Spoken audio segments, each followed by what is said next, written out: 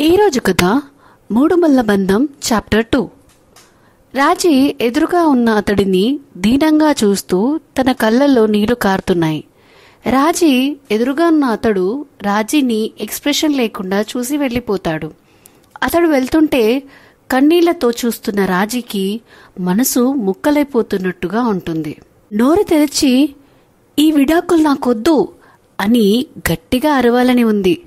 కానీ ఎవరు వింటారు తన మాట అని అనుకుంటూ లేచి వెళ్తూ రోడ్డు మీద బైక్ పైన నవ్వుతూ వెళ్తున్న జంటను చూసి, కొన్ని రోజుల క్రితం ఇదే రోడ్డులో నేను నా భర్త ఇంతే ఆనందంగా వెళ్ళాను అని కన్నీళ్లు తుడుచుకుంటూ అనుకుంది.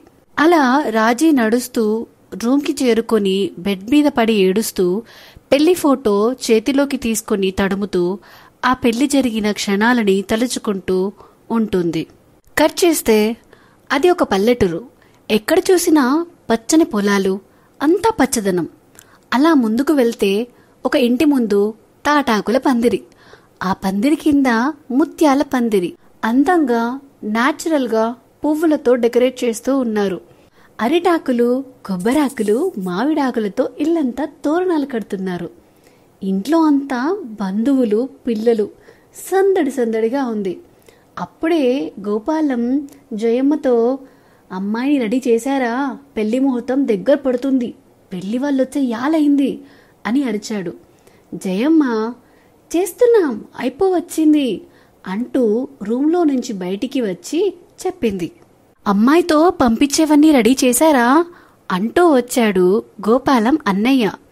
బావగారు, అన్నీ సర్దేశాం అని చెప్పింది జయమ్మ. తల్లి జయమ్మ పెళ్లి కూతురు ముస్తాబులో ఉన్న రాజీని తృప్తిగా చూసుకుంది. పెళ్లి వాళ్ళు వచ్చారు. కళ్యాణ మండపంలో బాజా భజంత్రీలు మొదలయ్యాయి. పంతులు గారు పెళ్లి తంతు మొదలు పెట్టారు. పెళ్లి కుమారుడు సాఫ్ట్వేర్ ఉద్యోగి, బెంగళూరులో జాబ్ అట అని పెళ్లికి వచ్చిన వాళ్ళు పెళ్లి కుమారుడు గురించి చెప్పుకుంటూ ఉన్నారు. ఆ మాటలు వింటూ గోపాలం జయమ్మ ఇద్దరూ సంతోషపడుతున్నారు.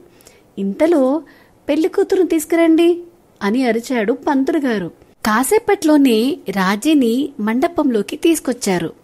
రాజీని, వివేక్ని ఎదురుగా కూర్చోబెట్టి అడ్డు తెరపెట్టారు.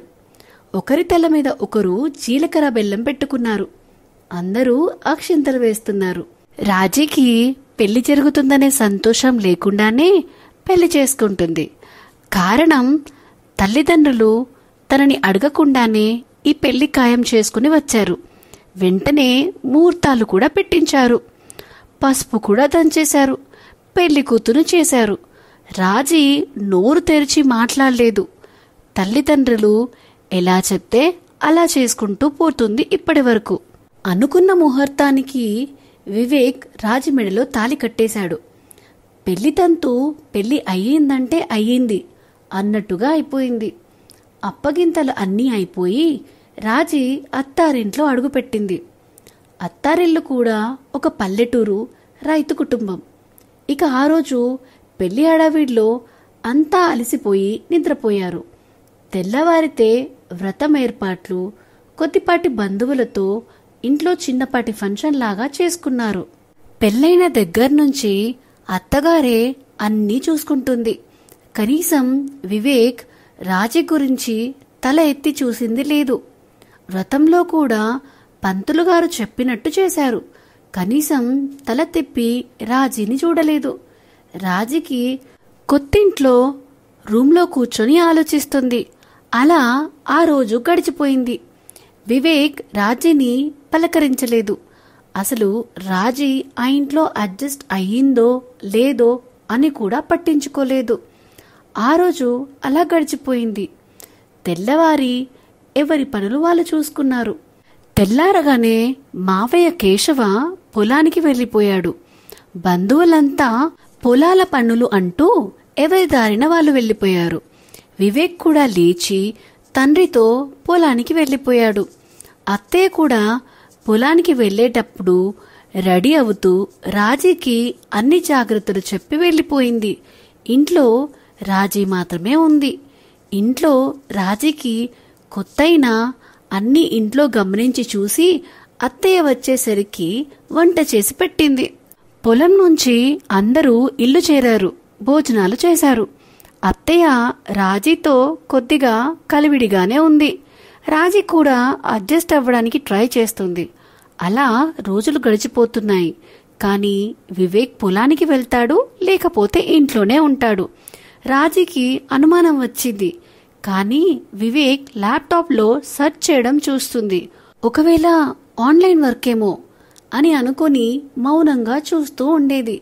వివేక్ రాజీకి కొద్దిగా దగ్గరయ్యాడు.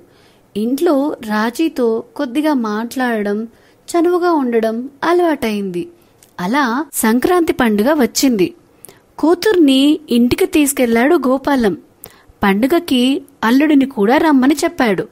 కానీ వివేక్ రాజీని విడిచి ఉండలేక రాజీ వెళ్లిన రెండో రోజే రాజీ వాళ్ళ ఇంటికి వెళ్ళాడు.